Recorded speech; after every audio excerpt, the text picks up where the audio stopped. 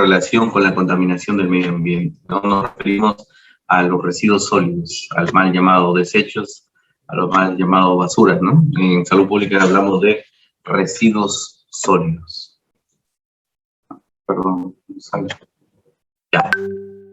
Muy bien. Hablando de residuos sólidos, hace muchas décadas se hablaba solamente de la generación de estos restos que ya han sido usados, ya han sido fabricados, ya han sido utilizados por la actividad humana y que han sido eliminados. Actualmente, uniéndonos a la gran importancia que tiene el reciclaje, hablamos de residuos sólidos como este material que ya ha sido usado, pero que puede ser susceptible o no de transformarse o utilizarse nuevamente. ¿Ya? Entonces, en eso ha cambiado sobre todo la parte de definición. Muy bien, los contenidos residuos sólidos, menos mal, y es una oportunidad, que la mayor parte sean biodegradables, o sea, que sean de materia orgánica, ¿no? Y que sean fáciles de degradar por el medio ambiente, pero aún así es un gran problema por la poca así tuviéramos poco contenido de residuos inorgánicos. Esta gran cantidad de residuos inorgánicos son los que afectan directamente a todo nuestro medio ambiente. Perdón, acá también que me escriben sus docentes. Muy bien. Ahora vamos a clasificar los residuos sólidos. Clasificamos en 3 grandes grupos, ¿no? Por su origen, de dónde vienen, ya así como en aguas residuales, dando la importancia sobre todo a las partes de la minería, que tienen bastantes residuos químicos, los agrícolas por los pesticidas, que afectan directamente a la vida, a la vida animal, y también porque pueden ser expedir grandes gases contaminantes del medio ambiente, y a los hospitalarios, obviamente, porque son peligrosos para la salud de las personas. En la composición química, los orgánicos, entiéndase a los biodegradables, lo que son fáciles de degradarse, y los inorgánicos son aquellos que han sufrido una transformación química, biológico-física, sobre todo química, y su composición intrínseca se han hecho o los han enlentecido en la forma de descomponerse, de biodegradarse. Entonces, su degradación es más lenta.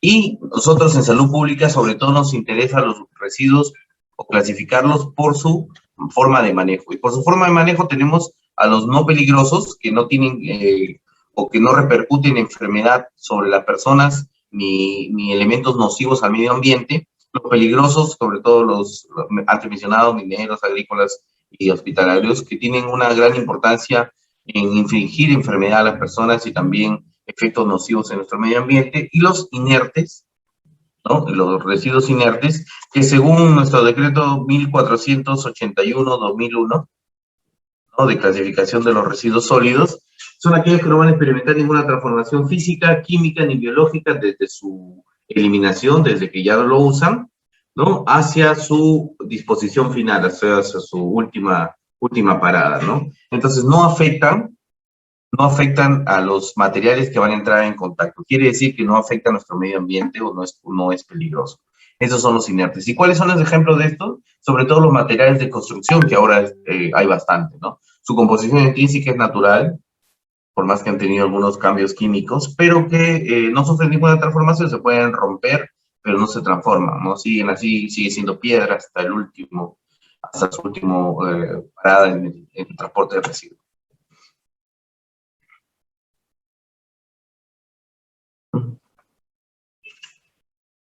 Borrar. Ya. Entonces, es muy importante aprender también lo que son las fases de manejo. En la fase de manejo, ¿por qué? Porque acá están las mayores dificultades que tenemos en Latinoamérica y sobre todo en el Perú, la parte de manejo de residuos sólidos. Recuerden que el manejo, en primer lugar, tiene que empezar con la fabricación, con la eliminación de este residuo sólido. Entonces, la segregación, que es dividir los residuos según su utilidad, según su composición, entre orgánicos e inorgánicos como mínimo, debería empezar en el hogar. Obviamente nosotros no hacemos esa segregación, que por más que esté normado, no hacemos esa segregación, pero debería empezar ahí, ¿no? Luego está la recolección y transporte, que son los diferentes medios de transporte que vamos a ver, que hay convencionales y no convencionales en nuestro medio, que también tenemos fallas acá porque no todos son compactadoras. Algunos usan hasta animales para llevarse la basura, no triciclos. Luego está la transferencia, que es llevar estos residuos en nuestro medio de transporte a un sitio en común, donde van a pasar a unidades de transporte mucho más grandes, divididas según su utilidad. Ya, o sea, para que los residuos peligrosos vayan a otro sitio que genere una descomposición diferente, los residuos que son para reciclar o para dar un segundo uso vayan a otro lugar. Entonces, para eso sirve la transferencia. Se pasan a unidades mucho más grandes, ¿no? Para que estos carritos recolectores o estas compactadoras no viajen grandes distancias para llevarse. Y la disposición final, que debería ser en todo sitio, los rellenos sanitarios. Los rellenos sanitarios, que son obras de ingeniería, que se encuentra con la maquinaria y la tecnología suficiente para eliminar cualquier residuo. Entonces, hace muchos años, más o menos en el 2010, apareció el grupo ecologista Greenpeace, ¿no? Que hablaba sobre las 3R, luego llevados a los convenios y tratados de medio ambiente a nivel internacional, que popularizaron y normaron esta regla, ¿no? Que fue una idea de este grupo ecológico, sobre todo por su gran capacidad de darle importancia al reciclaje, a recoger y tratar otra vez estos residuos para darle un uso ya sea a la misma persona u a otra, ¿no? Por ejemplo, una botella que eliminamos, cambiarla y hacerla recipiente, ¿no? Entonces, reducir, reutilizar y reciclar. 5 años más tarde se agregaron dos que ahora están en boga, sobre todo lo que es rechazo, ¿no?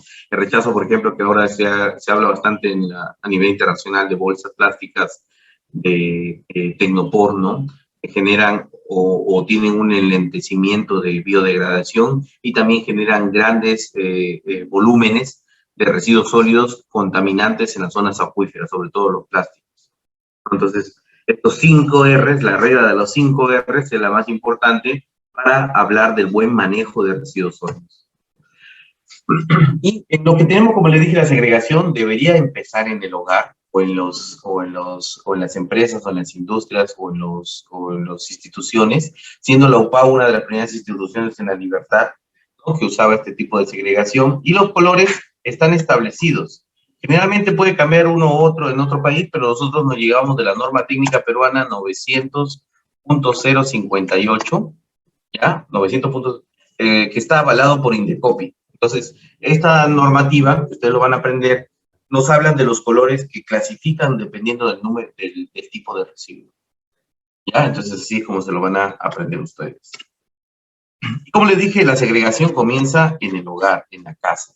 Ahí deberíamos nosotros eliminar los inorgánicos y los orgánicos. Cosa que no hacemos porque nosotros eliminamos de cualquier bolsa que tengamos, ¿no? Pero ahí comienza uno de los errores en la fase de manejo. El segundo error en la fase de manejo comienza en el transporte.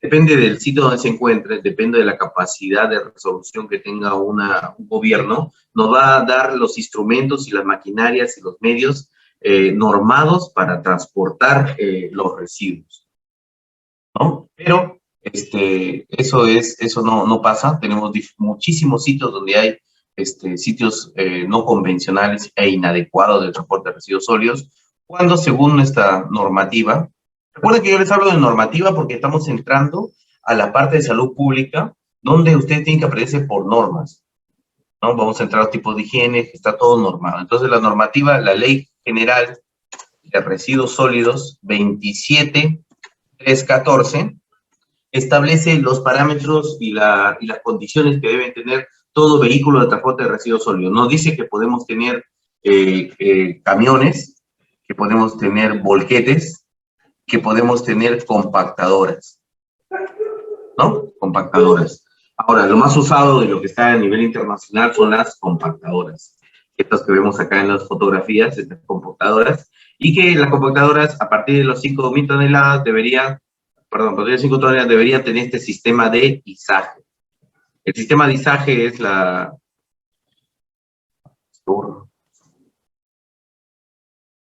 el sistema de izaje, ¿no? Es este sistema de levantar o de ayudar a más o menos 0.8 metros la altura de los residuos de los recipientes para que no tengan contaminación o no tengan y puedan pasar a la zona de compactaje. Entonces, estos camiones cisterna, estas compactadoras tienen una zona de compactación dentro, lo que hace que la basura se pueda reducir para que sea más fácil eliminar. Ahora, también nos habla de que debería estar clasificado por colores. Por ejemplo, el rojo significaría que están llevando residuos peligrosos. En nuestro medio no se da.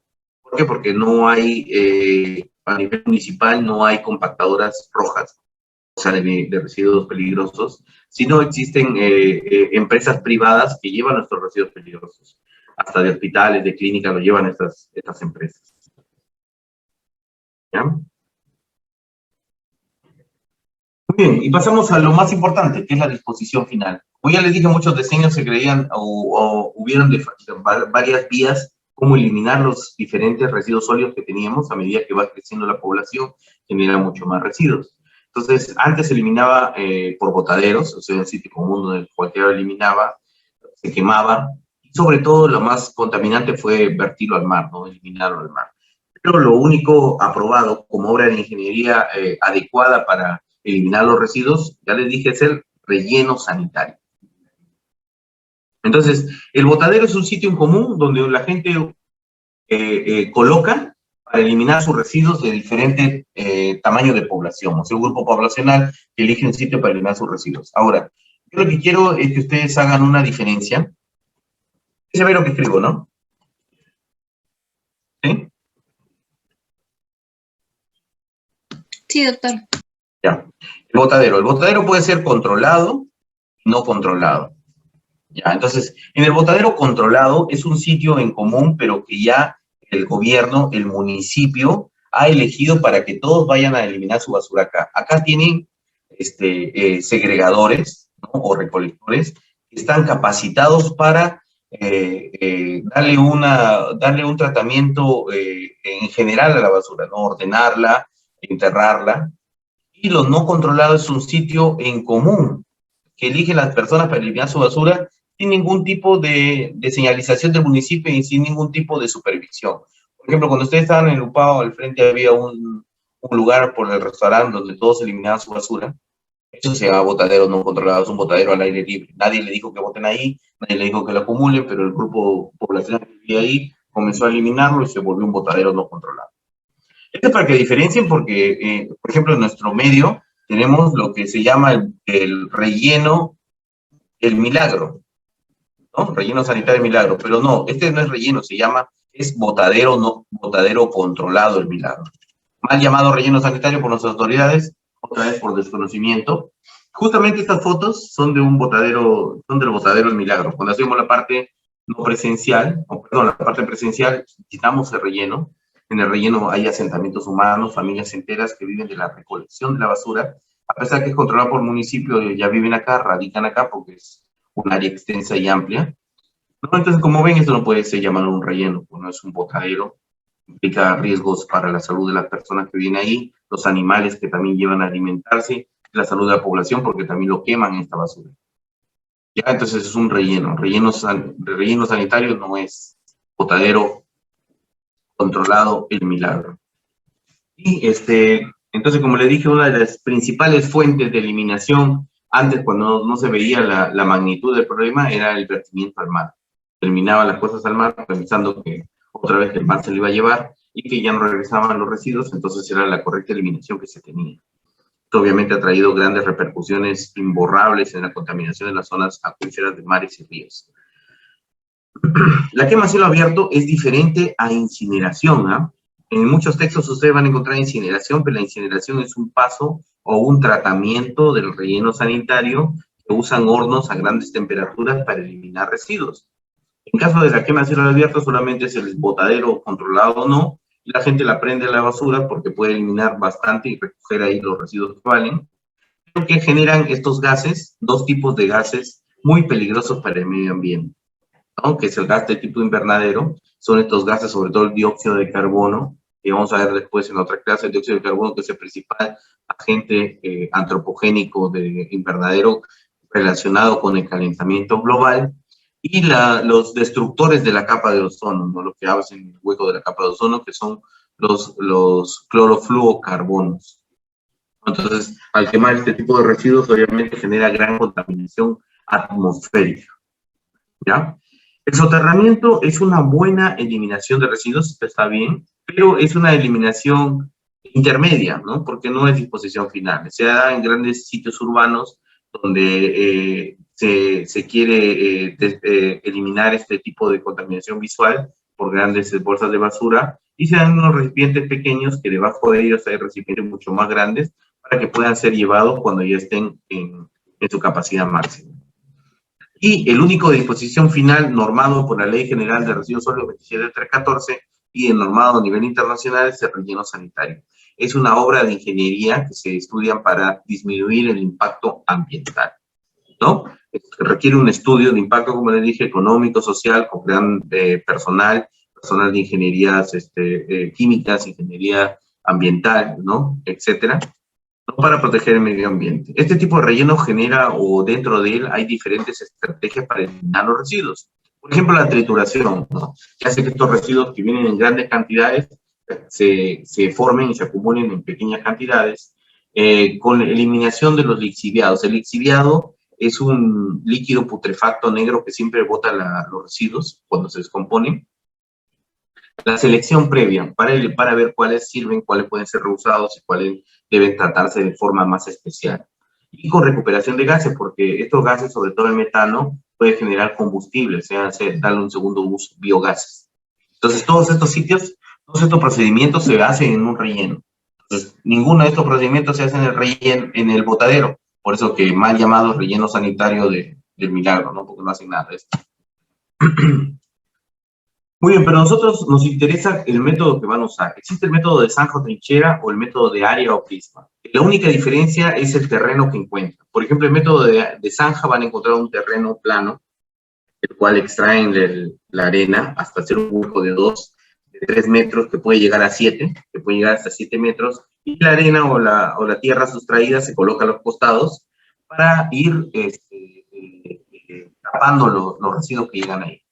Entonces, los residuos van a estar llegando antes que usa este material de contingencia, ¿no? Este material de contingencia, que es un material de aislamiento para que el líquido putrefacto y negro que siempre bota la basura no llegue a la parte subterránea, que puedan, material de cobertura se llama, ¿ya? Material de cobertura, o material de aislamiento. Entonces, los vectores también no lleguen a esto, el mal olor no salga de estos lugares, ¿ya?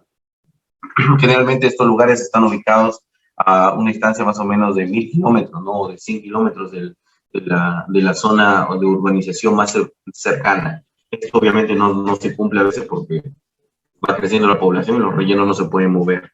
Entonces, en el relleno sanitario, como le dije, llegan acá los residuos, se van formando de forma escalonada y se van tapando con la arena que se ha puesto a los costados, cada 20 centímetros, hasta que llegue a un tope y ya está lleno de este residuo y se puede usar como zonas de recreación, ¿no? Como áreas verdes por el gran contenido de abono que tienen estos residuos, ¿no? Entonces sirve para darle un ornamento y buena vista de estos lugares, ¿no? Obviamente que esto necesita una planta de gases, porque eliminan gases nocivos, y necesita una planta de lixiviado para eliminar este líquido putrefacto. Bueno, el área de prisma, como les dije, la única diferencia es el terreno. Acá el terreno no va a ser plano, ya se encuentra un terreno hueco, un terreno con depresión profundo, entonces la arena se trae de otro lugar. Igual va a llegar ahí los desperdicios, igual cada vez se acumula, igualito. El material de cobertura que les dije que sobre todo es para que no proliferen los vectores, para que no pase este líquido percolado, líquido putrefacto, líquido negro, ¿no? Que pide los residuos sólidos y que puede llegar hasta las aguas subterráneas, contaminar el subsuelo, ¿no? Para eso es importante el material de cobertura. Y toda planta necesita una planta de gases, ¿no? Generalmente en la parte aerobia solamente está ligado al dióxido de carbono, pero cuando hablamos de una parte anaerobia generan biogases que pueden ser usados hasta como combustible. Además que estos biogases necesitan ser tratados porque son altamente volátiles y pueden generar accidentes o generar destrucción de una planta de tratamiento, ¿ya? Entonces, Lejos de lo que se ve, la planta de tratamiento no solamente en la zona urbana donde se va a botar la basura, ¿no? Tiene que tener unas plantas también para eliminación de gases y eliminación de líquido negro. Ahora, existen riesgos en los rellenos y en los botaderos, obviamente. Sobre todo los riesgos son indirectos por la proliferación de bacterias, proliferación de vectores, pero los riesgos directos son los más importantes. ¿Y quién se llevan estos? Son las personas que están trabajando dentro de los residuos. Recuerden que los recolectores son aquellos que viven de la basura, que no tienen capacitaciones, que no tienen equipos, que no usan nada de seguridad, ¿no? Son los llamados, las personas que recolectan la basura, recolectores. Y los segregadores, ellos sí tienen preparación, sí tienen capacitación, pero también pueden tener material en pésimas condiciones y que también genera un riesgo directo en su manipulación. En el Perú nosotros eliminamos alrededor de 20.000 toneladas al año, más o menos Lima elimina alrededor de 2.000 toneladas al año, seguidas por La Libertad, ¿no? Por nosotros que eliminamos más o menos 1.000. Entonces, en conclusión, más o menos son 20.000 toneladas. Ahora, en el Perú solamente hay 56 rellenos sanitarios, y de esos rellenos sanitarios, entre comillas, muchos son como el del Milagro, pues, ¿no? Mal llamados rellenos. Entonces, si yo les he dicho que el principal medio de eliminación relleno es el relleno, esto es sumamente alarmante, ¿no? Todo el mundo bota en botaderos y todos sus botaderos generan quema de basura, putrefacción, contaminación del subsuelo. Entonces, no solamente en disposición final es el problema en el Perú, ¿no? Desde la segregación, que no usamos, no separamos la basura de nuestro hogar, hasta la falta de transferencia que dije, ¿no? La falta de transferencia, hasta los medios de recolector no convencionales. Entonces, en cada uno de la fase de manejo fallamos en lo que es manejo de residuos sólidos. ¿Ya? Entonces, más o menos 0.6 kilos por habitante por día genera cada persona en el Perú, ¿no? Obviamente que lo que genera más es la costa y lo que genera más es Lima. Segundo, La Libertad. ¿Ya? Más o menos un municipio tiene que tener la capacidad para eliminar casi 150 kilos de residuos por persona por vivienda. Perdón, por persona, no por vivienda. Esto obviamente no se da porque tendría que pasar más de una vez el carro recolector, ¿no? A veces hay sitios donde ni siquiera pasan. Y estos son los diferentes desechos y su tiempo en biodegradarse. Yo les he puesto acá porque ustedes van a ver bibliografías diferentes que les he mandado y que en algunos cambia la fecha. Entonces, para todos manejar la misma fecha en efecto de estudio, les he puesto acá. Dando importancia generalmente a los que son más contaminantes, como los plásticos, ¿no? Que generan o han generado también el séptimo continente, que es un espacio en el mar, ¿no? Ubicado en el mar, que por toneladas, miles de toneladas de residuos eliminados de los barcos o eliminados de los residuos en la población, ¿no? Por su contaminación que tiene en el mar. El vidrio, van a encontrar que puede biodegradarse hasta 5.000 años. Nosotros lo hemos puesto indefinido porque el vidrio, por su efecto natural y su composición intrínseca, parecida a la arena, ¿no? Parecida a la piedra, no se va a biodegradar de forma indefinida. Y las pilas, que no solo porque se degenera o se degrada en 1.000 años, sino porque a los 50 años ya están contaminando con todos sus gases de mercurio, zinc y arsénico. Y como les decía, esto es muy importante porque genera bastante contaminación, sobre todo en las fuentes acuíferas, ¿no? Por ejemplo, el río con más residuos, con más capacidad, más cantidad de residuos, es el río Citarum, ¿no? Que está en Java, en Indonesia, el occidente de Indonesia. En unas décadas era el factor de pesca, ¿no? O el sustento de toda la población de Java, ¿no? De Java, porque vivían de la pesca. Esto, como un mal manejo, mire lo que provoca un mal manejo de residuos en los pueblos aledaños, ha hecho que se elimine toda vida marítima, y al contrario, ahora la gente ya no vive de la pesca, sino vive de la segregación de la basura. Ya, entonces ellos segregan, buscan la basura para revenderla, para reciclarla. Entonces han cambiado de actividad, ¿no? Eso es el número de residuos, pero si hablamos por el número de contaminantes o la parte de contaminantes o presencia de coliformes fecales, está el río Ganges.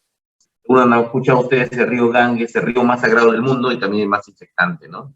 El río Ganges, Ganges que tiene que ver con la diosa Ganga, ¿no? Con la madre Ganga de la mitología hindú, que era la que daba el visto bueno para que todos vayan a la segunda vida, ¿no? Este río, el más sagrado, porque es un río fabricado con la lágrima de los dioses, dicen, ¿no? Y que asegura la no resurrección.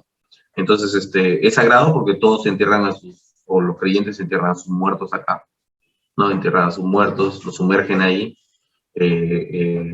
con todos sus contaminantes como están, los sumergen, y todos se tienen que bañar en este río, por ser sagrado. Entonces, imagínense la gran cantidad, ¿no? Ahí defecan, ahí eliminan a sus muertos, y también ahí se bañan, que es el más sagrado, ¿no?